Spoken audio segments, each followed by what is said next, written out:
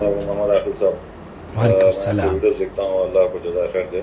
آمین. میں یہ پوچھنا چاہ رہا تھا، شاور جب کرتے ہیں ہم غسل کرتے ہیں تو صابن اور شیمپو یوز کر کے کیسا غسل کرنا چاہیے؟ جنابت کا غسل جو ہے. بہت شکریہ. دوستو، بھائی اور بہنوں، آپ دیکھ رہے ہیں نور ٹی وی جدہ. اگر ابھی تک آپ نے ہمارا چینل سبسکرائب نہیں کیا ہے تو پلیز سبسکرائب کر لیں. سماحت الشیخ مفتی مملکت سعودی عرب سے پوچھا گیا، اور لجنۃ الدائمہ والافتاء جو سعودی عرب کی فتویٰ کمیٹی ہے انہوں نے بھی جواب دیا کہ غسل کے لیے شرط یہ ہے کہ آپ پاک پانی سے غسل کریں. البتہ سماحت الشیخ سے پوچھا گیا کہ ایک شخص کہتا ہے کہ اگر کوئی جنابت یعنی ناپاکی کے غسل میں پہلے پانی سے نہا لے پھر اسی جگہ صابن استعمال کرے تو کیا اس میں کوئی قباحت ہے اور کیا وضو کرنا لازم ہے؟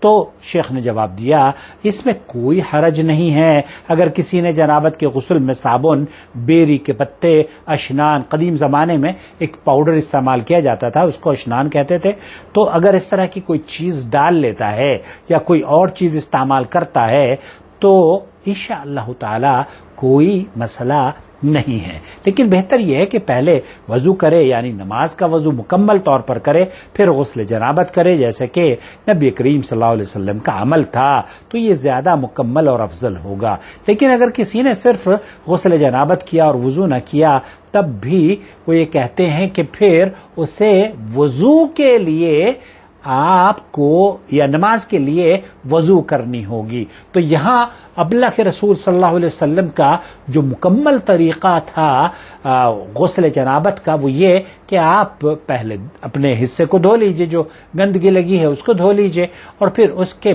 بعد آپ وضو کیجئے، مکمل وضو. تو شیخ ابن باز یہ کہہ رہے ہیں کہ مکمل وضو اگر آپ کر لیں گے تو یہ افضل ہے، پھر آپ کو دوبارہ سے وضو کرنے کی ضرورت نہیں ہے. اور وہ غسل جنابہ میں جو وضو کیا ہے، یہ حیض والی عورت نے حیض کا غسل کرتے وقت جو وضو کیا ہے، یہ تمام کے تمام وضو آپ اس سے جب تک کہ وضو نہ ٹوٹے تو اس سے نماز اور طواف کر سکتے ہیں، پڑھ سکتے ہیں.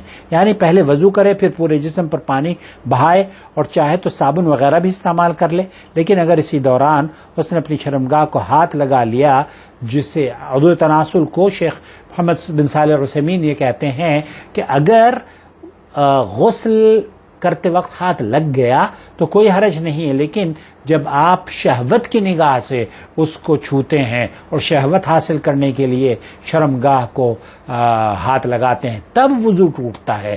بعض علماء کا کہنا یہ ہے، شیخ ابن باز وغیرہ کا بھی، کہ اگر آپ کا ہاتھ لگ گیا تو پھر آپ کو وضو دوبارہ سے کرنا ہوگا.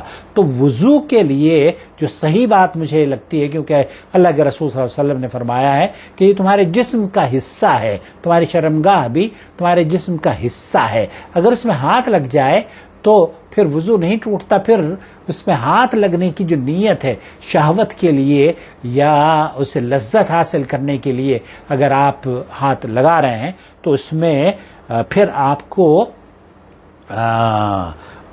کو دوبارہ سے وضو کرنا ہوگا. اس سلسلے میں میری ویڈیو بھی تفصیل سے آپ دیکھ سکتے ہیں. خلاصہ کلام یہ ہوا کہ سوپ یا شیمپو یا بیری کے پتے اگر کوئی استعمال کرنا چاہے نہاتے وقت یا نہانے کے پانی سے تو پانی پاک ہونا چاہیے.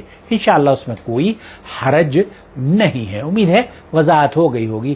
لائک ضرور کیا کیجئے میری ویڈیو دیکھنے کے بعد، اور اپنی رائے سے بھی ہمیں نوازیے. شکریہ.